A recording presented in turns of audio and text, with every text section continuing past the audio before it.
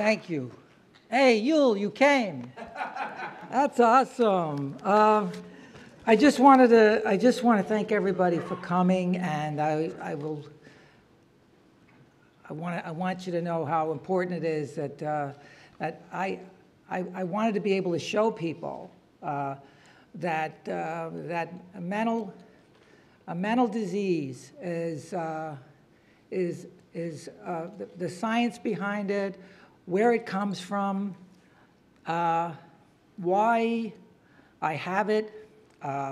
With my mom, I always thought that my mother's misery was a misery of choice, that she chose to live in the way that she did because of cultural indifferences. You know, I never thought my mother was mentally ill. I thought she was Italian American, and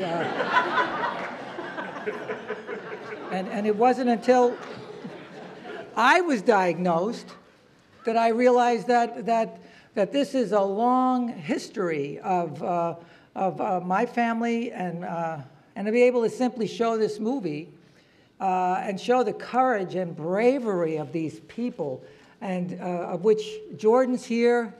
Is Casey here? Wait, can you stand? I totally can't see. I thought I was going to be able to see. So Jordan back there. Is there anybody else in the movie here? Pharma, Ken Johnson, who helped me time and time again, and continues to help me tonight, in the True Foundation, and the Paley Center for doing this tonight, and the Wealth Advisory Group, and the W Hotel in Hoboken. Can you believe there's a friggin' W Hotel in Hoboken? I spent two hours of my life today with the parking commission because they won't give me a parking pass because I have an apartment for 20 years. I have 20 years of records of paying the rent every friggin' month.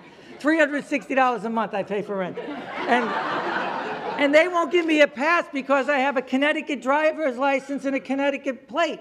Talk about insanity. I am. I keep going back there.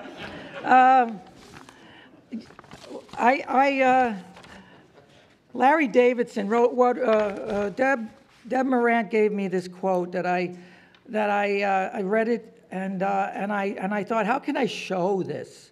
Because this is a guy who's a doctor. I think he's at Yale, and he himself is bipolar. He has a bipolar disease, and he said that in the medical model, you take a person with a mental illness, you provide treatment in the hopes of reducing symptoms, and then they're supposed to approximate some notion of normality. Our research shows the opposite. You take a person with a mental illness, you then reduce the discrimination and the stigma against them, increase their social role and participation, which provides them a reason to get better in the first place, and then you provide treatment and support. The issue is not so much making them normal, but helping them get their lives back. And when the doctor told me that this wasn't the problem, that this was called clinical depression, and I realized that it wasn't my fault, that was the greatest day of my life. My life continues to fall into place because I have a form, a program when my depression comes, and it comes sometimes. It came recently. It's like a storm. I know that it's going to come, and there are things that I can do, and behaviors, and I can exercise and do yoga, and I move a muscle and change a thought. And these are the things that I learned from the people that I talk to.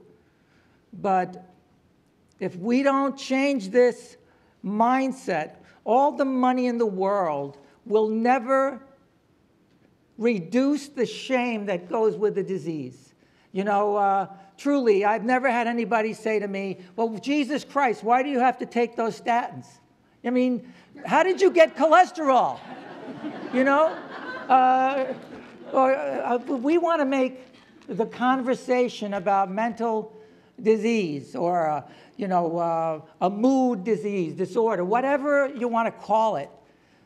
We want the conversation to be benign, just like erectile dysfunction. You know, if Bob Dole could get up there and do $1 million, you get paid $5 million to say he can't have a heart-on, then this conversation should be going on every day, no problem. And I take my medication every day, and I can get a heart on.